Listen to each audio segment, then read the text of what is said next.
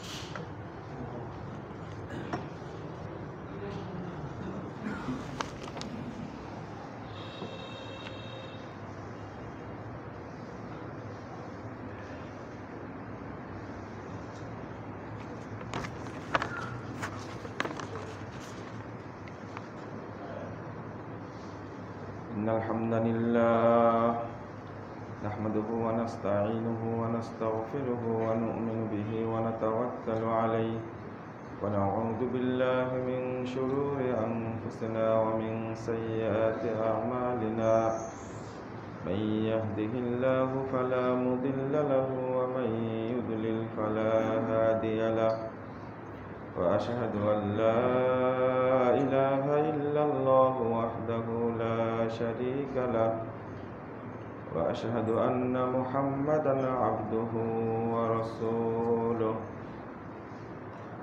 أما بعد فإن خير الحديث كتاب الله وخير الهدي هدي محمد صلى الله عليه وسلم وشر الأمور محدثاتها وكل محدثة بدعة وكل بدعة ضلالة وكل ضلالة في النار. فقد قال الله تعالى في كلامه المجيد والفرقان الحميد: أعوذ بالله من الشيطان الرجيم. أفحكم الجاهلية يبغون ومن أحسن من الله حكما لقوم يوقنون. وقال تعالى: وقرن في بيوتكن ولا تبرجن تبرج الجاهلية الأولى. عن ابن عباس رضي الله عنه قال: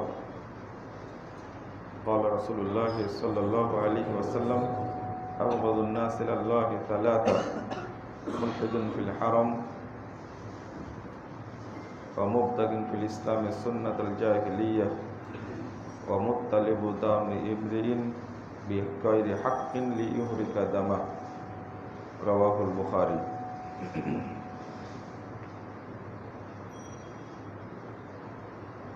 عن عبد الله بن مسعود رضي الله عنه قال: قال رسول الله صلى الله عليه وسلم: ليس منا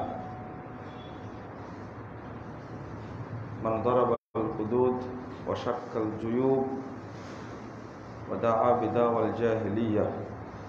رواه البخاري. যাবতীয় হামদ সানা মহান রব্বুল আলামিনের জন্য, দরুদ ও তাসলিম বর্ষিত হোক শেষ নবী আহমদ মুস্তাফা মুহাম্মদ মুস্তাফা সাল্লাল্লাহু আলাইহি ওয়াসাল্লামের প্রতি। সম্মানিত মুসলিমবৃন্দ,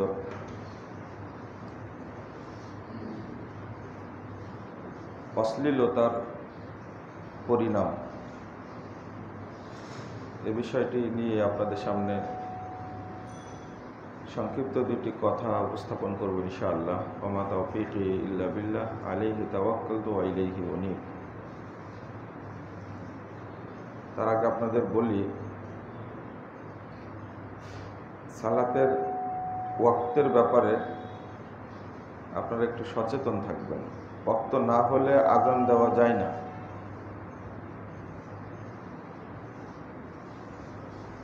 গত জুমাতে 12:10 আজান শুরু করেছি, খেয়াল করিনি আমি। ওয়াক্ত হয়েছে 12:13-তে, আজকে 12:15-তে 16-তে।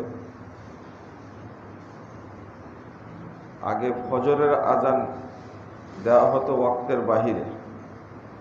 আপনারা জানেন, বেলাল রাদিয়াল্লাহু আনহু ঘুমের কারণে একদিন আজান দিয়ে দিয়েছিলেন, পরে আবার আল্লাহ রাসূল আজান দেওয়ার ব্যবস্থা করেছিলেন। ওয়াক্তের বাহিরে আজান দিতে হয় না, ওয়াক্ত হওয়ার পরে আজান। তবে এই টাইমটা যে ফলো করেন আপনারা, এই জন্য আল্লাহ রাব্বুল আলামিন আপনাদেরকে কল্যাণ দান করবেন ইনশাআল্লাহ। এটা ফজরে যেমন ফলো করেন, ঠিক টাইমে আজান দেন, ঠিক জহরটাও তাই করেন। জহরের আজান কয়টায় দেন? জহরের আজান কয়টায় হয়? 12:40। ওইটা আপনারা 12:15-তে নিয়ে আসেন। মসজিদে হারামে দেখেন না, ওয়াক্ত হয়েছে আজান দিয়ে দেয়। এটা কোন দিন যে চালু হবে আল্লাহ পাকই ভালো জানে।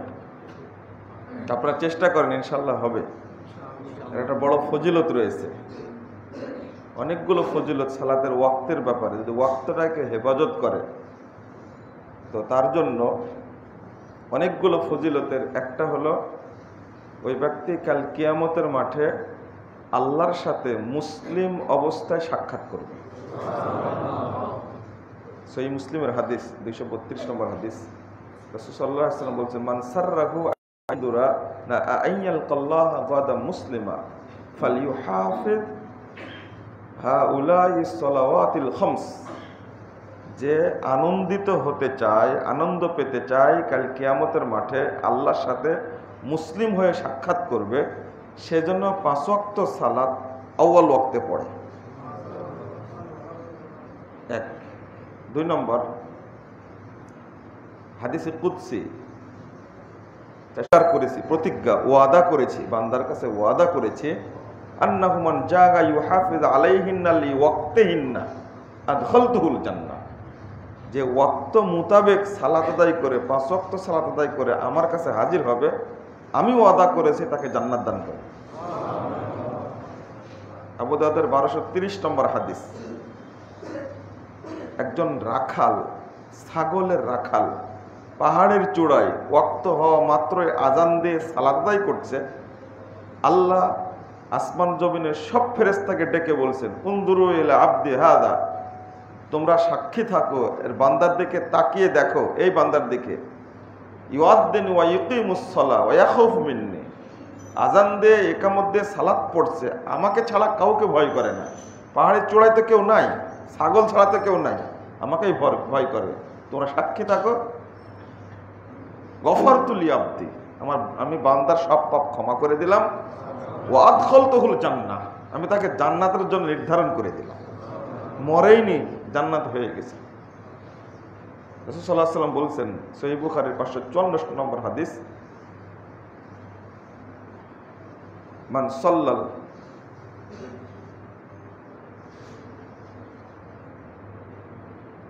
তোমাদের মধ্যে কে মেঘমুক্ত আকাশে পূর্ণিমার চাঁদ যেমন দেখা যায়, ঠিক ওইভাবে আল্লাহকে কে দেখতে চাও? যে ব্যক্তি ফালিউহাফিজুল বারদাইন, মনে হয়েছে বার, সে যেন ফজর এবং আসর সালাত অন্তত আউয়াল ওয়াক্তে পড়ে, তাহলে আল্লাহর সঙ্গে এইভাবে সাক্ষাৎ হবে। মেঘমুক্ত আকাশে যেমন পূর্ণিমার চাঁদ দেখতে সমস্যা হয় না, জান্নাতে এইভাবে আল্লাহকে তারা দেখতে পাবে। আউয়াল ওয়াক্তে সালাতের ফজিলত অনেক, তো বললে তো শেষ হবে না, আমি কয়েকটা বললাম মাত্র আপনাদের কাছে।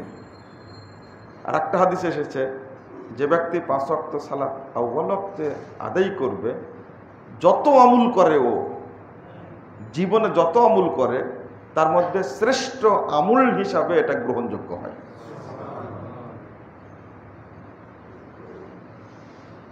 অশ্লীলতা বলতে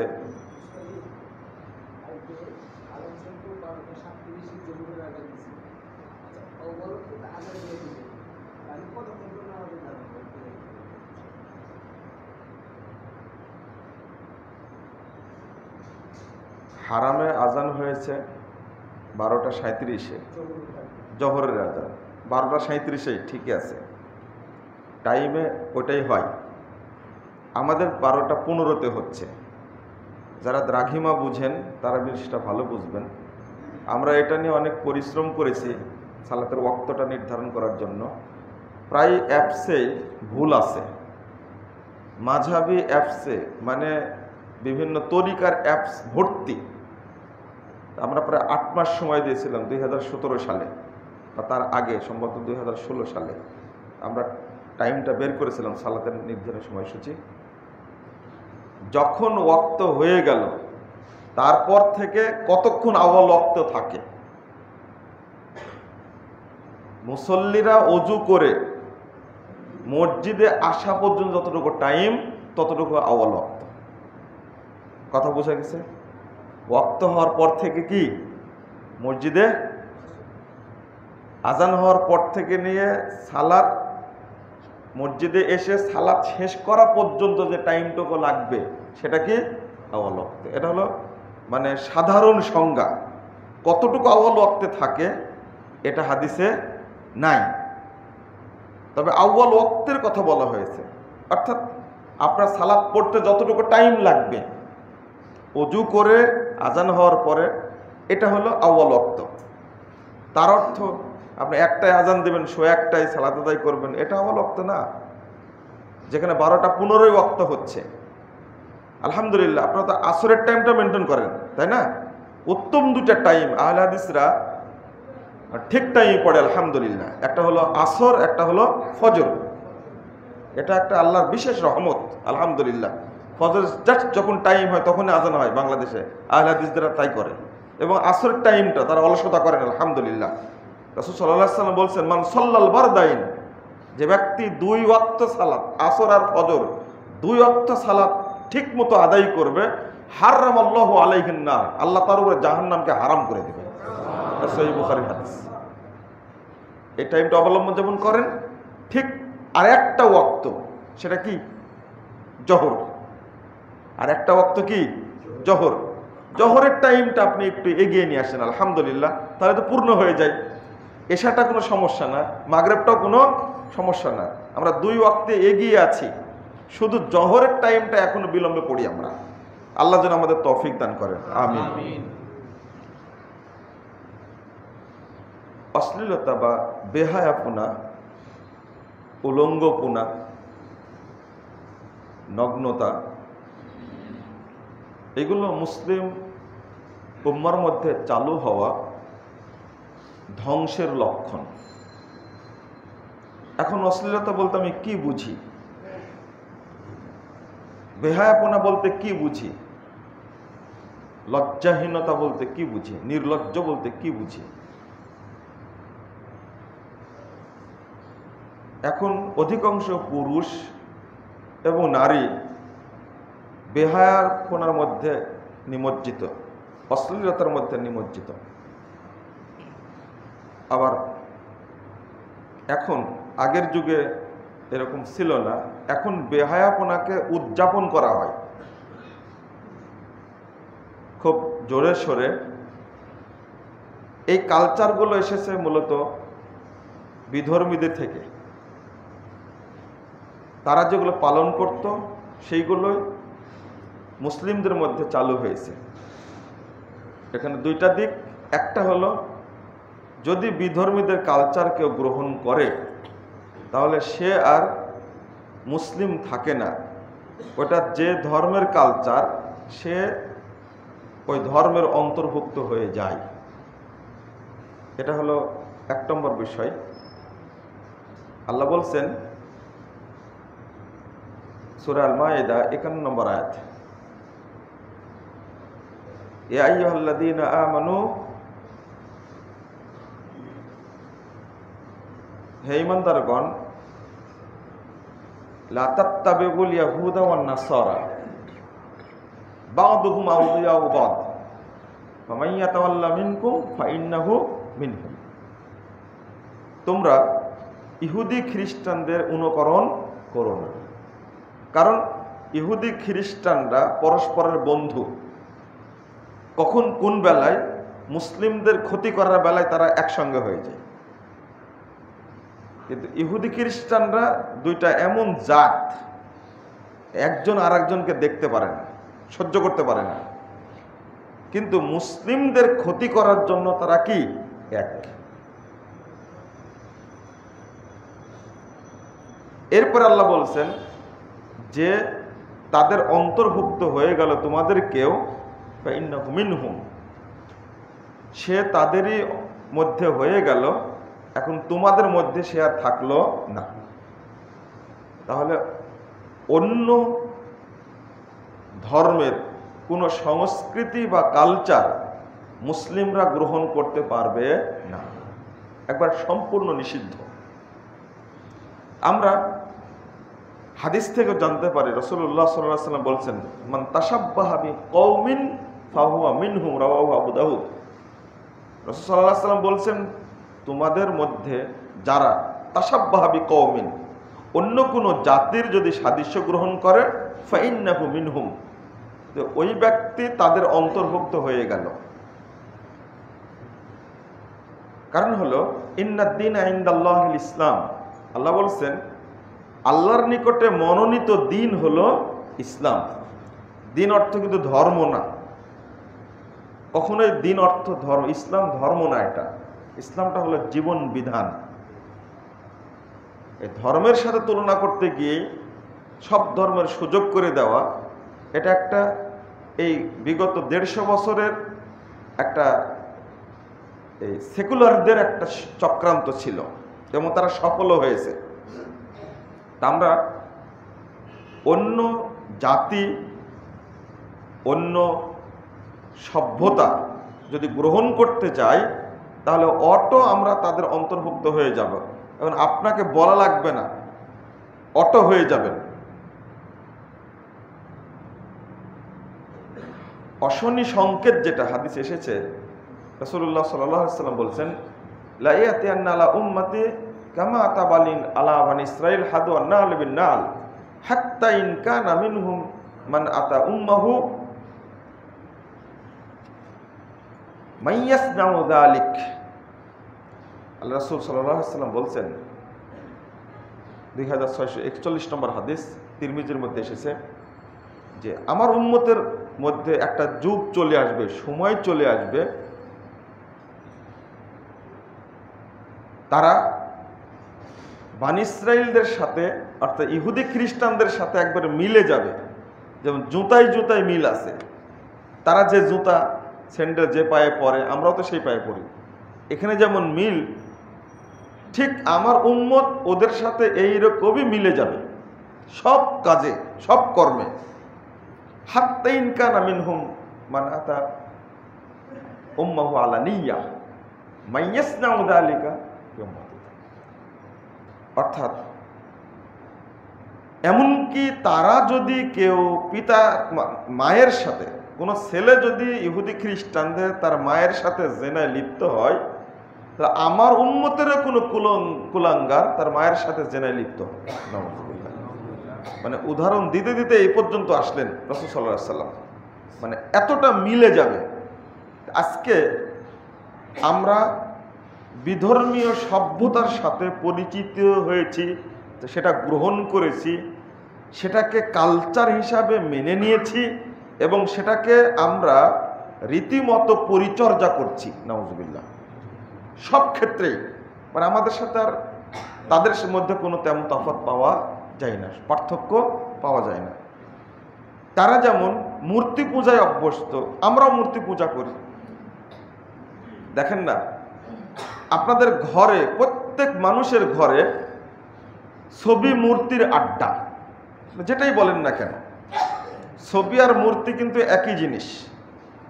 মূর্তিকে খুব ঘৃণা করেন, মিছিল করেন মূর্তির বিরুদ্ধে, কিন্তু আপনার ছবিটা আপনার ঘরে ঠিকই টাঙ্গায় রাখছেন,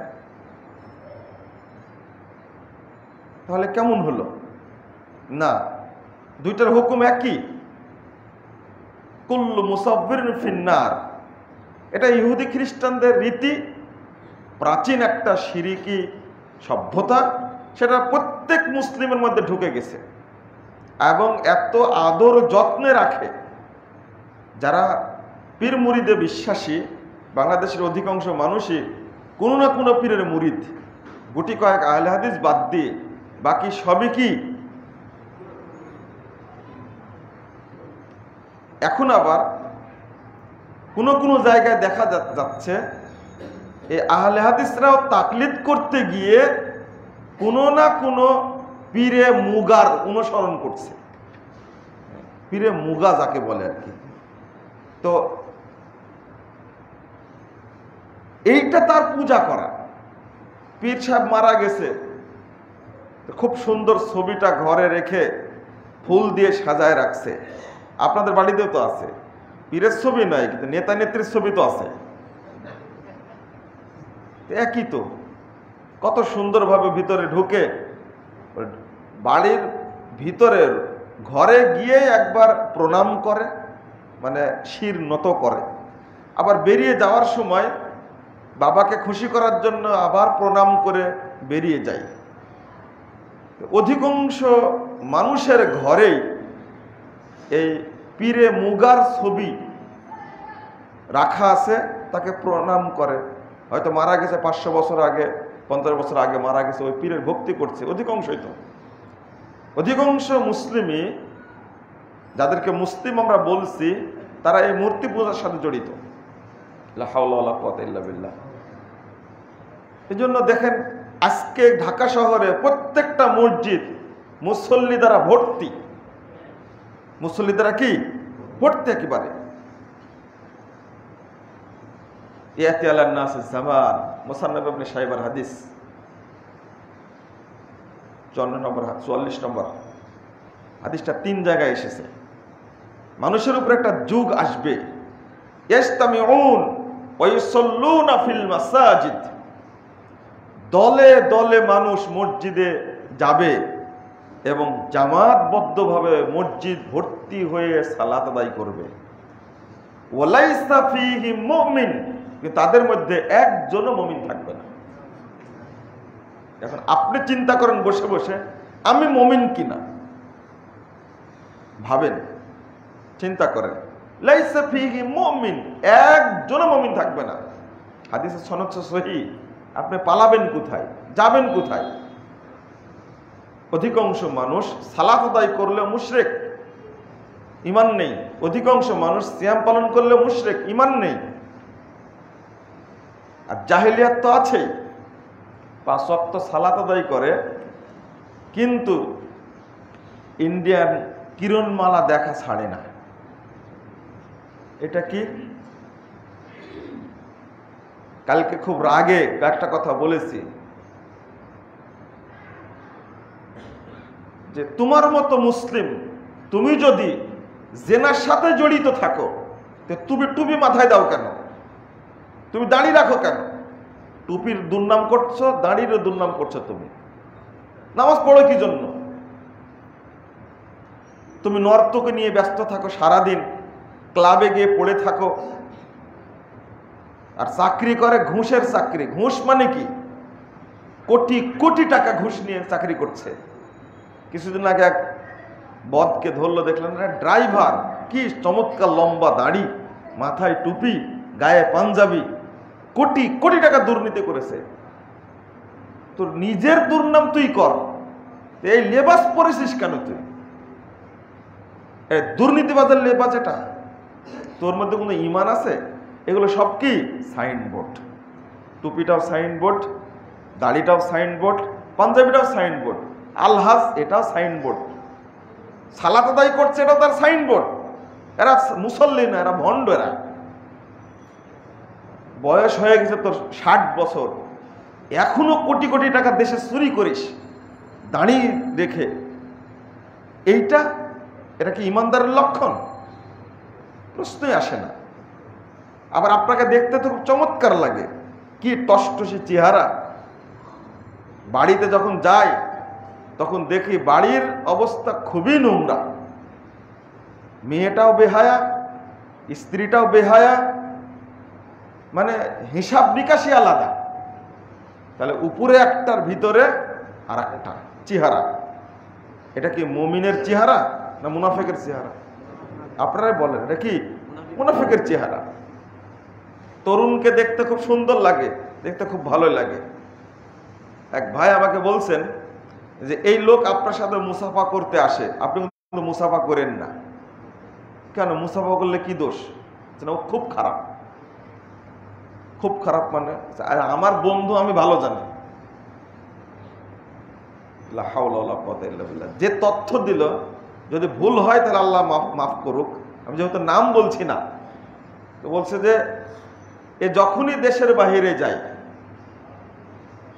তখনই হোটেলে অবস্থান করে, প্রতি রাতে যে তওবা তওবা নাউজুবিল্লাহ, এই যে মেয়েদেরকে নিয়ে অবস্থান করে, আবার আপনার সাথে দেখা হলে মুসাফা করে। এই জন্য বলতে আপনার শরীরে যেন তার হাতটা না লাগে। নাউজুবিল্লাহ, আস্তাগফিরুল্লাহ।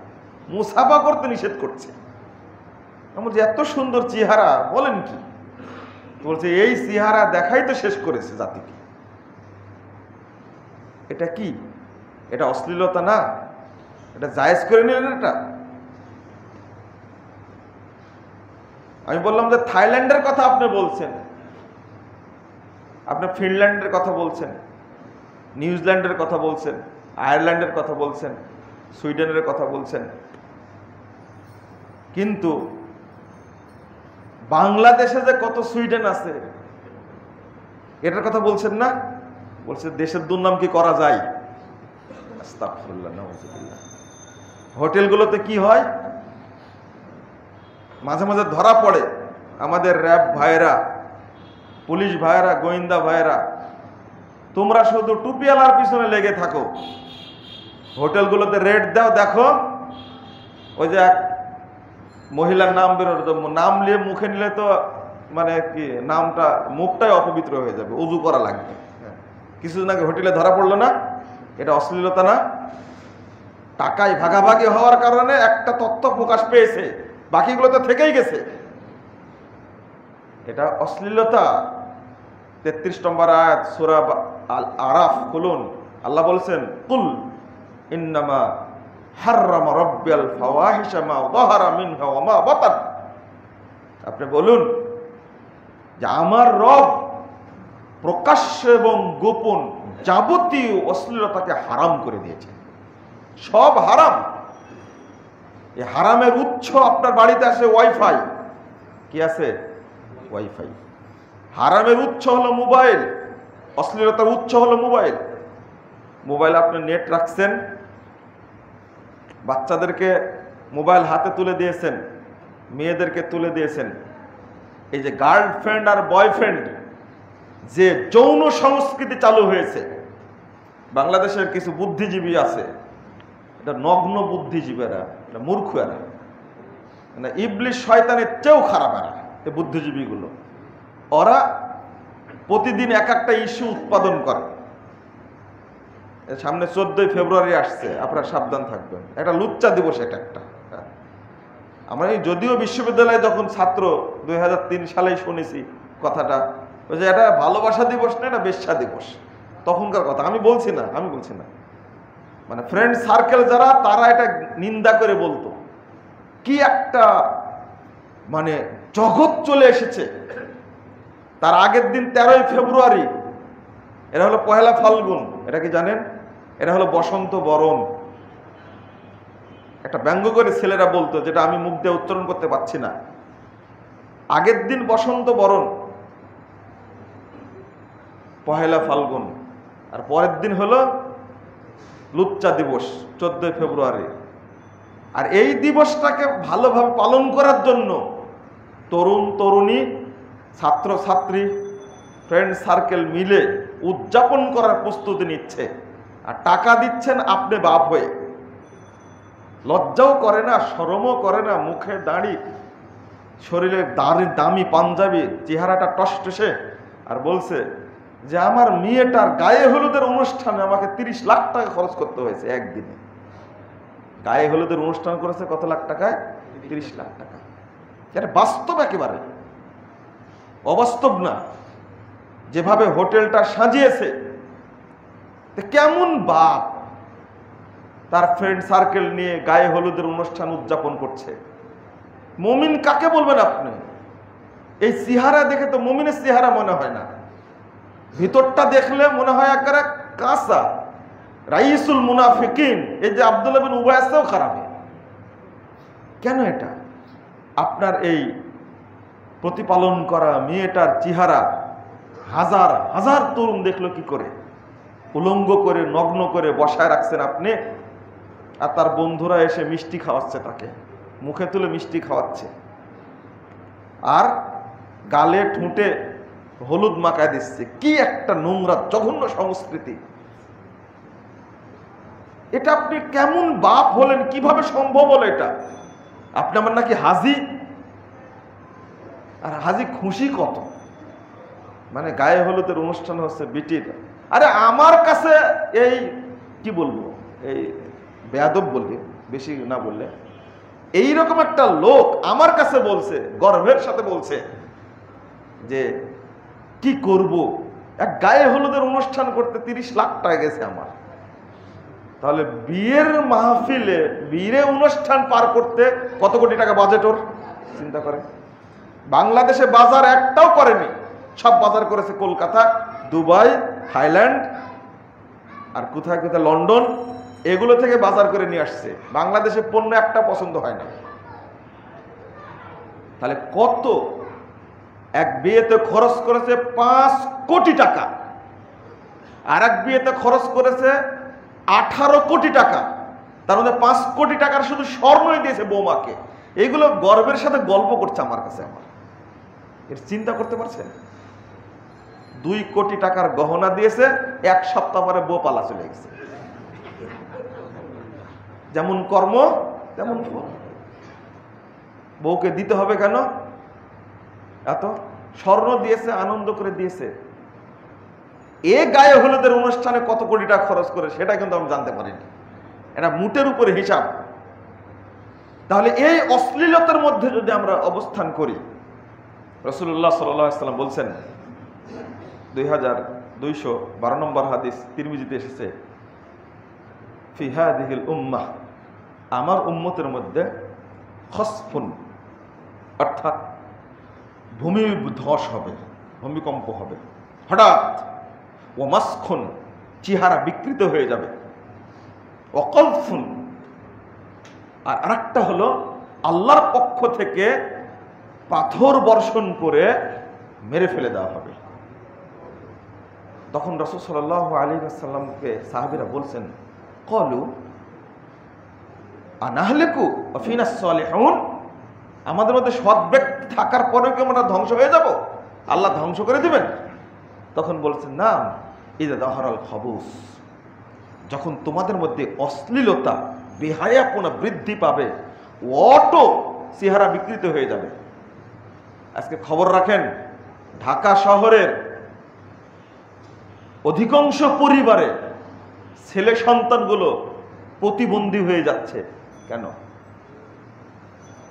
আপনারা খোঁজ রাখেন না? বাপ মা ফোন দেয় আমাদেরকে যে আমার এক ছেলে, এক মেয়ে, 2টা ছেলে, বয়স হয়ে গেছে প্রত্যেকেরই, কারো 35, কারো 38, কারো 42, কেউ বিয়ে করতে চায় না, আর সব মানে পাগলার মতো হয়ে গেছে, আর বলছে জিনে ধরছে। আমি বলছি, জিনে ধরেনি, আপনাকে আগে যাতে ধরেছিল ওর প্রভাব পড়েছে। এটা তো আমাকে তো কিছু ধরেনি। কত পরিশ্রম করে তারপরে তো মৌলভী সাহেবের কাছে আসছেন, তাই না? আগের ইতিহাসটা চিন্তা করে দেখুন, যে বেহায়াপনা, অশ্লীলতার মধ্যে থাকার কারণে ছেলেরা সব প্রতিবন্ধী হয়েছে। মানসিক প্রতিবন্ধী যেটা বলছি, আপনি শারীরিক প্রতিবন্ধী হন, মানসিক প্রতিবন্ধী হয়েছেন। সারা রাত ঘুমায় না, চিৎকার করে। প্রত্যেকটা পরিবারে এই প্রতিবন্ধী। কেন? ও আপনারা মনে করছেন যে যখন ভূমিধস হবে তখন অপেক্ষায় থাকবো? লা হাওলা ওয়ালা কুওয়াতা ইল্লা বিল্লাহ। যে না, এই যে চেহারা বিকৃত হয়ে যাবে, এই বিকৃতির অর্থ কি? এটা তো গজব। আপনার ছেলে, আপনার মেয়েরা হলো গোলাপ ফুলের মতো, ফুল শুকে গেলে ওটা কেউ কাছে যায় না। সময় হলে বিয়ে দেওয়া উচিত। ছেলের সময় হয়েছে, বিয়ে দেওয়া উচিত, বিয়ে করে না। 2টা কারণ, একটা হলো প্রতিবন্ধী হয়ে গেছে। হ্যাঁ, ও কিন্তু কোনো অশ্লীলতার সাথে জড়িত না, কিন্তু এমনি প্রতিবন্ধী। এর প্রভাবটা পড়ে তার বাপ মায়ের বদমাশির কারণে, হয় হারাম খাওয়ার কারণে।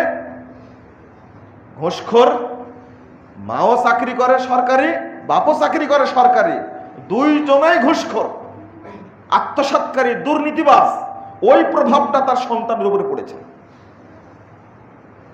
সন্তান তো নিরপরাধ, এটা তো পড়বেই। গজব একসময় পড়বে, হারামের একটা প্রভাব আছে। রাসূলুল্লাহ সাল্লাল্লাহু আলাইহি ওয়াসাল্লাম বলছেন, ইদা যাহারাতুজ জিনা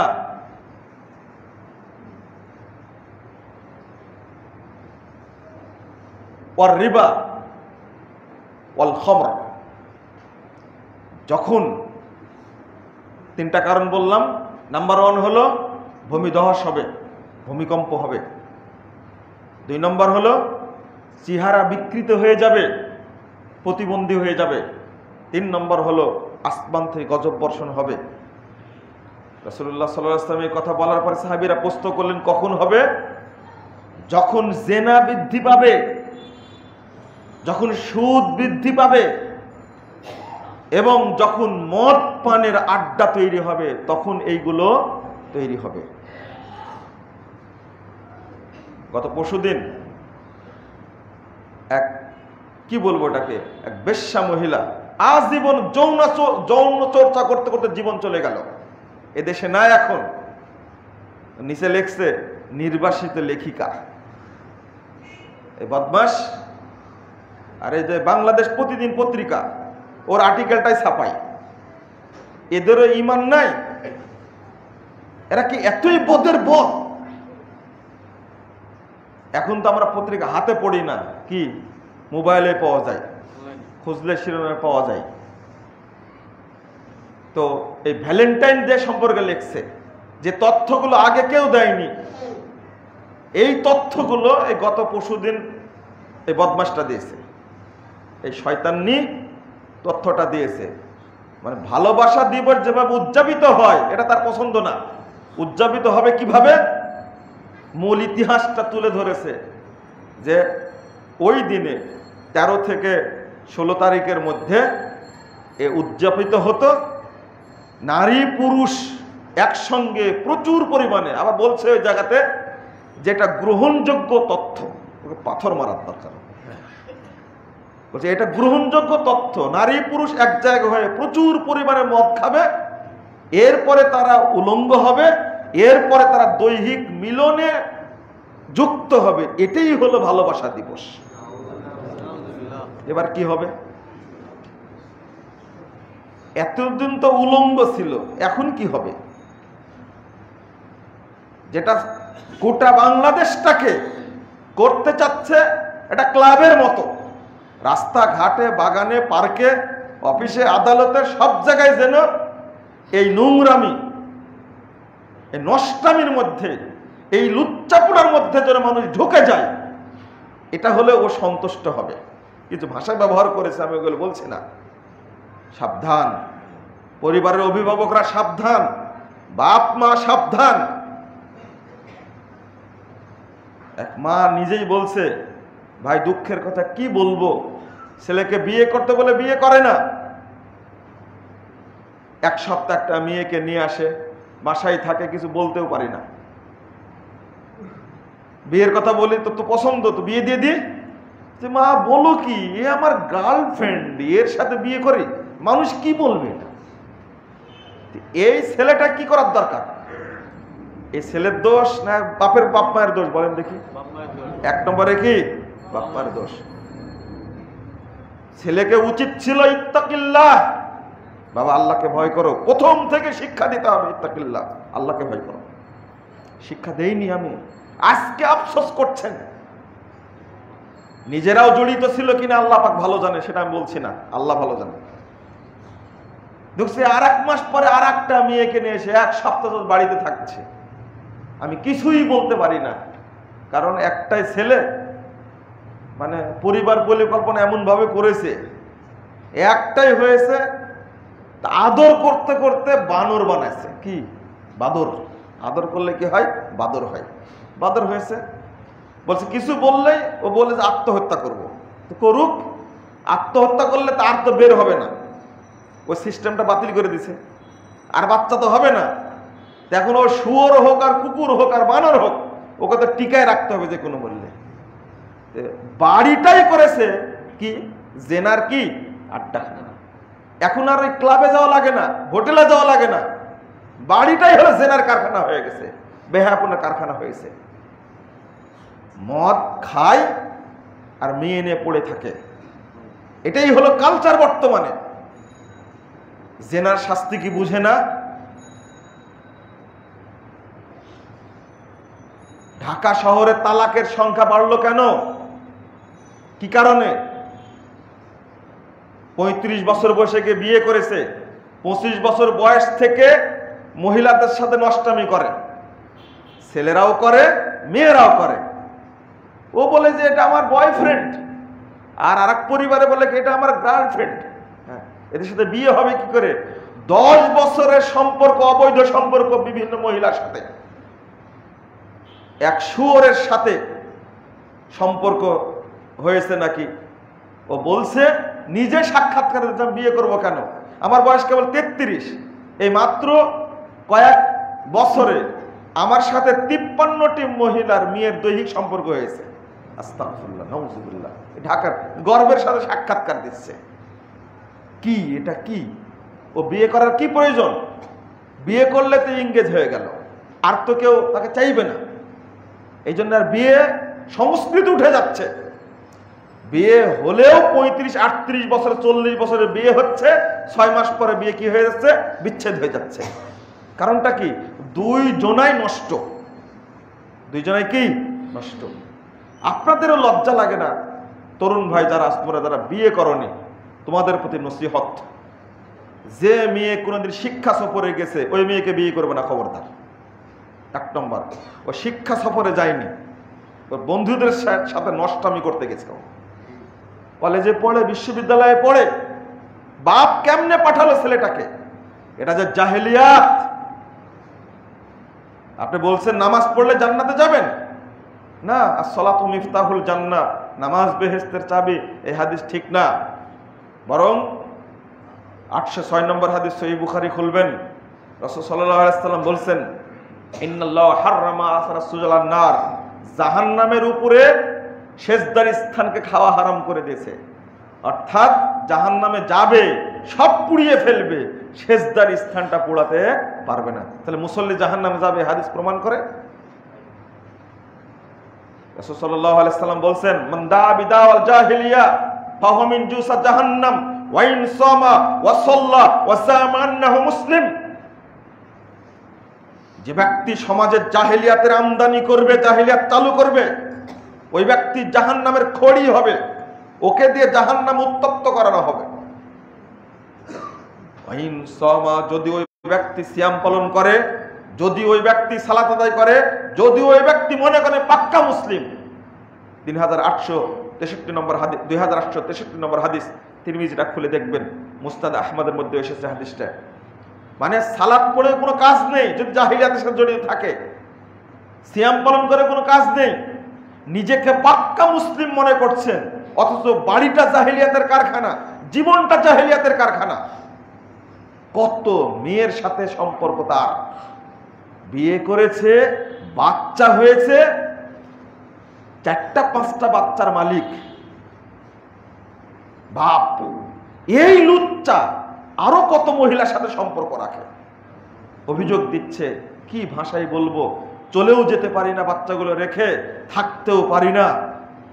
আমি জানি আমার হাজবেন্ড এই নোংরামের সাথে জড়িত, সমাধান কি দিবেন? গত রাত্রিতে একজন ফোন দিয়ে বলছে, সমাধান কি দেবেন? আমি জানি। এক ছেলে বলছে, আমার বাপ জেনাকারী মহিলার সাথে সম্পর্ক আছে। আমার বাপ বয়স প্রায় 57-58 বছর, মানে শাইখান জানিন, বৃদ্ধ জেনাকারী, নাউজুবিল্লাহ, আস্তাগফিরুল্লাহ। কি এইগুলো মুখে দাঁড়ি। আরেকজন বলছে সারা জীবন, বয়স 60 বছর হয়ে গেছে, সারা জীবন তাবলিগের লোককে খাওয়াতে খাওয়াতে আমার অবস্থা খারাপ। আমার হাজবেন্ড তাবলিগে যায়, তাবলিগ করে, কিন্তু কাজের মেয়ের সাথে দীর্ঘ 4 বছর 5 বছর রাত কাটাচ্ছে, বিয়েও হয়নি, কিছুই না, আমার সাথে ঘরে থাকে না। নিজের স্ত্রী তার সম্পর্কে ডাইরেক্ট রিপোর্ট দিচ্ছে। আপনারা জানেন না যে কত পরিবার আছে এরকম, একসঙ্গে সংসার করছে, বাচ্চা আছে, নিজে আলাদা ঘরে ঘুমায়, 4 বছর 5 বছর যাবত ওই স্ত্রী রান্নাই খায়, বাচ্চাটার কারণে তালাকও দিতে পারে না, বেরো হতে পারে না। রোগ কত ধরনের। ওই স্ত্রী রান্না খায়, 5 বছর যাবত স্ত্রীর সাথে তার রুমে ঘুমায় না, অফিসে যায়, অফিস করে আসে, মানে অন্য ও একটা পাক্কা লুচ্চা একটা। অশ্লীলতা কাকে বলবে? গোপন রাখবেন অশ্লীলতা? না, সুযোগ নাই। আল্লাহ বলছেন, ইন্না রাব্বাল ফাওয়াহিশা মা যাহারা মিনহা ওয়া বাতান। আপনি বলুন, আমার রব প্রকাশ্যে গোপন সব অশ্লীলতাকে হারাম করে দিয়েছেন। হারামের সাথে জড়িত, দেখতে কত সুন্দর দাঁড়িয়ালা আবার, কিন্তু স্ত্রীর অভিযোগ হলো এটা। আপনি কি বলবেন? স্ত্রীকে বললাম, দোষটা কি আপনার? বলছে আমার কি দোষ? তাকে জিজ্ঞেস করুন, যদি আমার দোষ হয় তাহলে আমি বেরিয়ে চলে আসব। কোন মহিলার সাথে তার সম্পর্ক এটা করছে। মেয়েদের এরকম অবস্থা, এটা বিশ্লেষণ মাত্র। লা হাওলা ওয়ালা কুওয়াতা ইল্লা বিল্লাহ। করোনা মহামারী কেন আসলো এটা চিন্তাও করলাম না, ভাবলামও না, শিক্ষাও নেইনি। বরং এই দীর্ঘ 7-8 মাস ঘরে বসে থেকে, ওয়াইফাই লাইন ছিল না বহু ঘরে, অন্তত 70% বেশি ওয়াইফাই লাইন ঢাকা শহরে সুযোগ দিয়েছে। এটা হলো রিপোর্ট, বুঝতে পারেন না মনে হয়। ঘরে বসে থাকার কারণে আগে ছিল ওয়াইফাই লাইন ছিল বাড়িতে 30%, করোনা আসার পরে ওয়াইফাই লাইন দিয়েছে আরো 70% বেশি।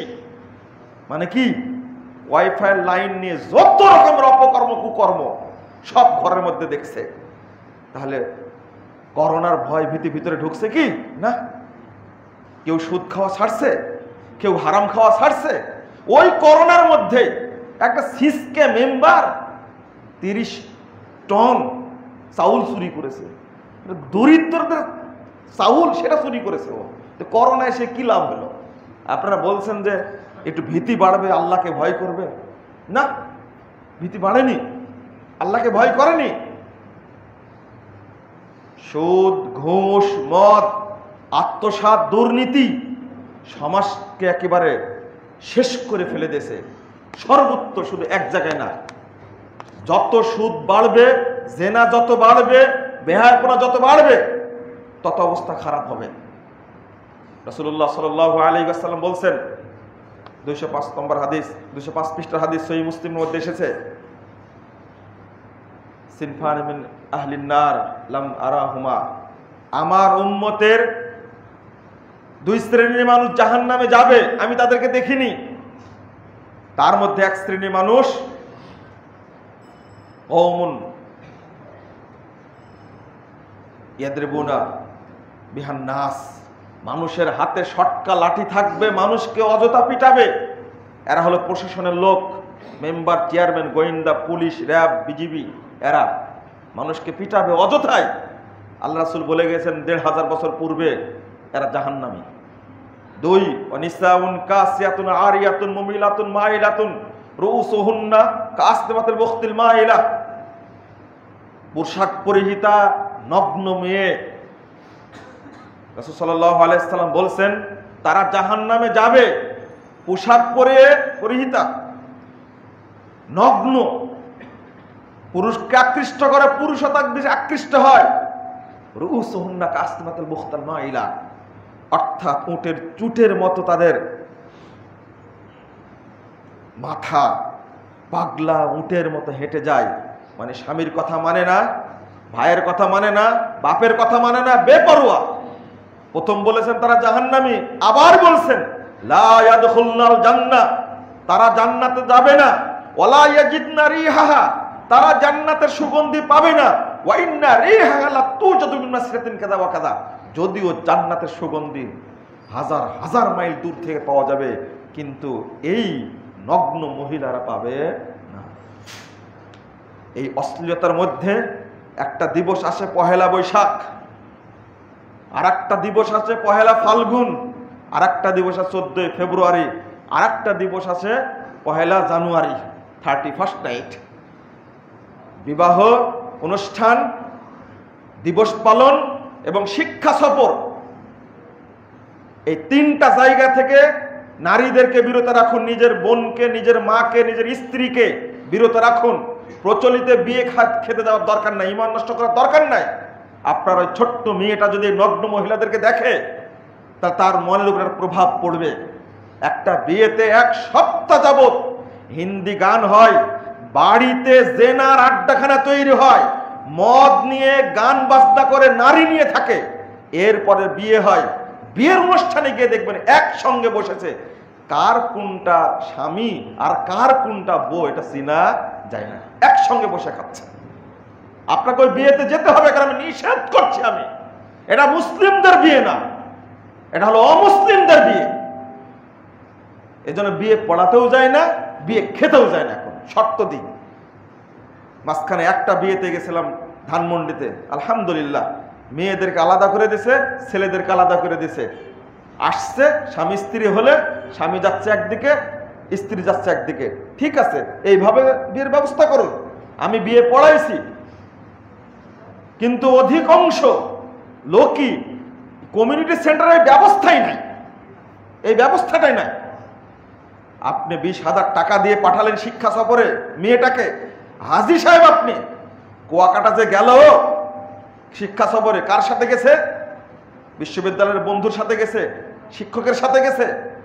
ও হাজী সাহেব তো মন খুব নরম, মনে করছে যে শিক্ষকরা হলো ভূত আর ওর ফ্রেন্ড সার্কেল হলো জিন, আর আমার মেয়েটা ফেরেশতা, উভয়ের সাথে কি সাক্ষাৎ হবে না। এটা লুচ্চাপুনাই গেছে সে। আপনি পরিবার নিয়ে শিক্ষা সফরে বের হন, আপনার টাকা আছে বের হন, কিন্তু নগ্নতার মধ্যে যাবেন না। কক্সবাজারে যাচ্ছেন, সব ল্যাংটা হয়ে ঘুরছে, তার মধ্যে আপনার বউটাও আছে, তার মধ্যে আপনার মেয়েটাও আছে, তার মধ্যে আপনার বোনটাও আছে। আবার নতুন সংস্কৃতি, মুখে দাঁড়িয়ে সবাই পরহেজগার, সব বউগুলোকে এক জায়গায় 12 জন 14 জন বন্ধু মিলে পার্টনার মিলে শিক্ষা সফরে গেছে, বউগুলো সব ভাগাভাগি করে নিছে। কি চমৎকার! কে শিখাইছে আপনাকে এটা? এটা কি শিক্ষা সফর? আর দিবস পালন অনুষ্ঠানে যেন কোনো পুরুষ বের হবেন না, কোনো নারী বের হবেন না, খবরদার। কিসের 14 ফেব্রুয়ারি? নষ্টাপনাটা, লুচ্চাপনা করতে যাবেন কেন আপনি? আপনাকে সতর্কতা করছি। রাসূল সাল্লাল্লাহু আলাইহি ওয়াসাল্লাম বলেছেন, কুতিবা আলা ইবনে আদম নাসিবুহু মিনাজ জিনা মুদরিকুন যালিকা মুহালা। জিনার অংশ আদম সন্তানের উপর আছে, লেখা আছে। ফাইনানে জিনা ওয়ান নাজরু ওয়াল উযুনানে জিনা ওয়াল ইসতিমা ওয়াল ইয়াদু জিনা আল ওয়াকশু ওয়াল রিজলু জিনা আল খুতা। চোখের জেনা হলো চোখ দিয়ে দেখা, কানের জেনা হলো কান দিয়ে শোনা, হাতের জেনা হলো হাত দিয়ে স্পর্শ করা, পায়ের জেনা হলো হেঁটে যাওয়া, তারপরে মুখের জেনা হলো কথা বলা। এই 14 ফেব্রুয়ারি 13 ফেব্রুয়ারি এটাই হয়। আগে দেখা দেখি, তারপরে কি এবার কানাকানি শুরু হয়ে গেল। তোমাকে দেখে অমুক জায়গায়, বিশ্ববিদ্যালয়, কলেজ, এমনকি মাদ্রাসাগুলো এখন যেখানে যৌন শিক্ষা আছে সেটা যৌন কারখানা হয়ে গেছে একবারে। আপনি কাকে বলবেন এটা? তারপরে কথাবার্তা শুরু হয়, তারপরে হাত ধরাধরি শুরু হয়, তারপরে জেনার পথে কি এগিয়ে যাই। লা হাওলা ওয়ালা কুওয়াতা ইল্লা বিল্লাহ। রাসূলের হাদিসের সাথে বাস্তব মিলে গেছে একেবারে। আপনার মেয়ে, আপনার ছেলেকে কন্ট্রোল করার দায়িত্ব আপনার। যদি না করতে পারেন, কাল কিয়ামতের মাঠে আপনার পায়ের, আপনার বুকের উপরে পা রেখে জাহান্নামে যাবে। আপনাকেও যাওয়া লাগবে, ছেলে মেয়েকেও যাওয়া লাগবে জাহান্নামে। পরিবারটাকে দায়ুস করবেন না। রাসূল সাল্লাল্লাহু আলাইহি ওয়াসাল্লাম বলছেন, সালাসুন কাদ হারামাল্লাহু আলাইহিমুল জান্নাহ, 3 শ্রেণীর মানুষের উপরে জান্নাত হারাম। এক শ্রেণীর মানুষ হলো মুদমিনুল খামার, যারা নেশা জাতীয় দ্রব্য পান করে, তার উপরে জান্নাত হারাম। 2 নম্বর, ওয়াল আক্কু পিতামাতার অবাধ্য, তাদের উপরে জান্নাত হারাম। ওয়াদ দায়ুস আল্লাযী কুররা ফি আহলিল খাবাস, ওই দায়ুস ব্যক্তির উপরে জান্নাত হারাম যে পরিবারে পর্দা নাই। আমার স্ত্রী খান্নাস আর আমি দায়ুস, খান্নাসের উপরে জান্নাত হারাম, দায়ুসের উপরে জান্নাত হারাম। ওয়া রাজিলা, আরেকটা শব্দ আসছে, যে সমস্ত মহিলা পুরুষের পোশাক পরে তাদের উপরে জান্নাত হারাম। লা হাওলা ওয়ালা কুওয়াতা ইল্লা বিল্লাহ। সবগুলো পুরুষ সাজবে। আল্লাহ যেন আমাদেরকে এই সমস্ত জাহিলিয়াত থেকে মুক্ত করেন, আমিন। আল্লাহ যেন আমাদের সমাজকে মুক্ত করেন, আমিন। আল্লাহ যেন আমাদেরকে তাকওয়া অবলম্বন করার তৌফিক দান করেন, আমিন। আল্লাহ যেন আমাদেরকে এই বেহায়াপনা, অশ্লীলতা, নগ্নতা, সুদ, ঘুষ, আত্মসাৎ, মদ, এইগুলো আল্লাহ ছাড়ার তৌফিক দান করেন। আল্লাহ তুমি আমাদেরকে এবং আমাদের পরিবারের সকল সদস্যকে এই সমস্ত জাহিলিয়াত থেকে হেফাজত করো, আমিন ইয়া রাব্বাল আলামিন।